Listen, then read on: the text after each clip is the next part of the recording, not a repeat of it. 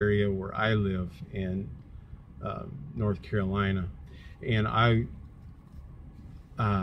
was trying to give information out about cover-ups of pedophilia, and so they were very interested in it, and they wanted me to provide some proof of some stuff that they could go look into further themselves. So I'm trying to compile that now, as much information I can, letters and any other things that exposés, stuff like that, that I could get a hold of to give to them. But so any suggestions from anybody, please let me know. You could email me, whatever. I would love any suggestions and help in this matter. But one of the things that really piqued my interest here lately, and this was actually yesterday, I watched a video and I was very shocked at this. I mean, not really shocked, but just more like, wow, they're really trying to keep things quiet. And this video was pertaining to, I guess, some pedophilia going on that they're investigating in the UK.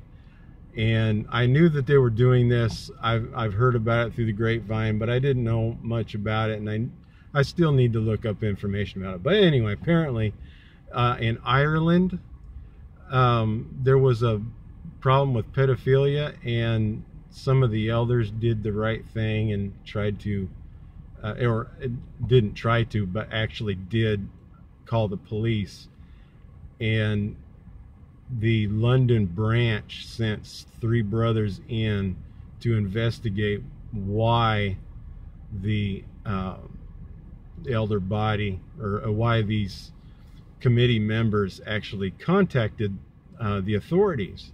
And apparently because of it, they were deleted as elders in the congregation, including the Kobe, who was not part of the committee, but because he allowed it.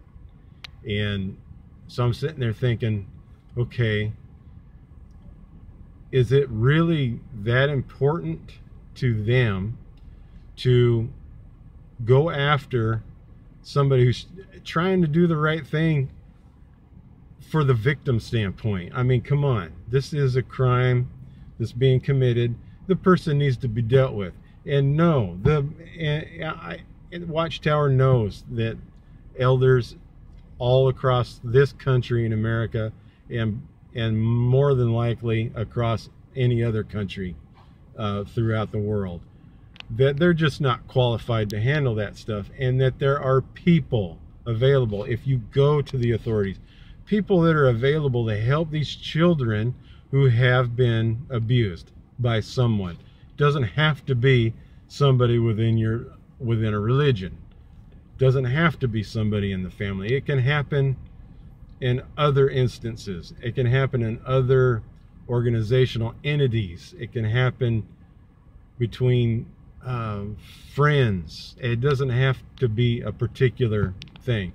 So there are people available to help victims to go through this.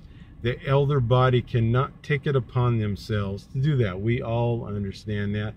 Watchtower should know that. If they don't, then they need to buy a clue. And they got the money to go ahead and do it. Go ahead and do it now before they lose it all. But it just is very interesting. Now, I knew some people that their idea was that if they had never run across it as elders, but their view was, no, if this was to come before me as an elder, I would urge the family to go to the authorities, and if they still won't do it, I would keep in contact with them to make sure they did. If they didn't do it, I would go myself.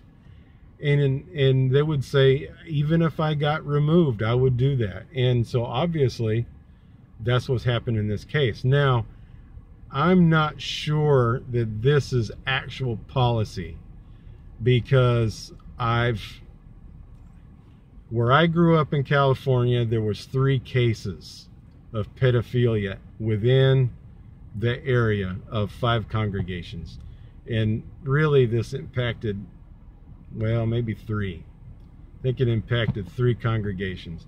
But it was cases of this. But in all 3 of them, the authorities were contacted, and the elders had made sure that the victims did so, which I'm proud to say that they did that. I grew up around these people. I knew most of these people all my life, including the perpetrators. I've known them for many, many years, and they did the right thing there in that congregation, or in those congregations, I should say. They contacted the authorities, and these guys went to prison. As a matter of fact, this all happened at the beginning, right around 2003, 2004, somewhere around that time frame. And as far as I know, from what I heard, one of the perpetrators is still in prison today. And it just so happened that I've known him since I was a child, him and his brother and his whole family. And he left his wife to marry one of my nieces, who's a year older than me. We're not going to get involved in all that right now. That's another mess. But anyway, she's weird anyway. My cousin is a little weird. But she left her family to be with this brother. And then they got married. After they each got a divorce from their spouses, they got married. Then eventually her 2 sons, her kids didn't, she just left, and her kids didn't follow her. And then after she got married, then her daughter decided she wanted to, at least stay with her part-time. So I think it was like a half and half thing. Half with her father, half with her mother. And her brothers, of course, they were a little older, and they didn't have anything to do with their mother because they felt what she did was wrong. I mean, she just up and left them. So that's a whole nother matter all within itself. But anyway, so this guy that I've known for a long time was molesting my niece's daughter, who was a teenager at the time. She's probably close to being grown now. Well, she would be. But needless to say, that impacted my family. Now, I haven't had much contact with these family members in so many years anyway, so I should be emotionally attached to that, but I'm not, simply because I haven't seen or talked to them in years anyway. But still, that's my family members, and the fact that it happened to a family member is disturbing. I mean, the fact that it happens to anybody is disturbing, and it doesn't matter who you are, what you represent, who you represent, whether it be a religious entity, a political entity, anything. That is just sick and wrong. Come on, people. We all know this.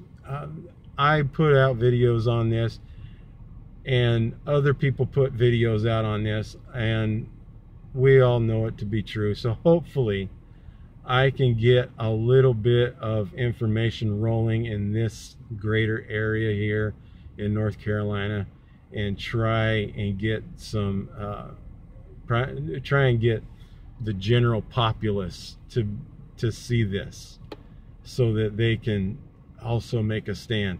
It's good enough that those of us who have left Watchtower have taken a stand against this, but now the rest of humanity also needs to be apprised of this and to be able to determine for themselves, okay, it's time you guys start changing some policies.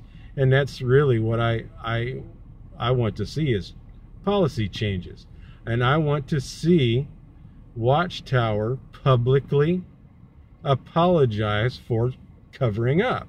I want them to take ownership of what they have allowed to happen over so many decades. It's disgusting. It's perverted. There's nothing right or correct about anything they've done. They can fall behind saying things, oh well, we're just trying to protect Jehovah's name, trying to do no, that's BS.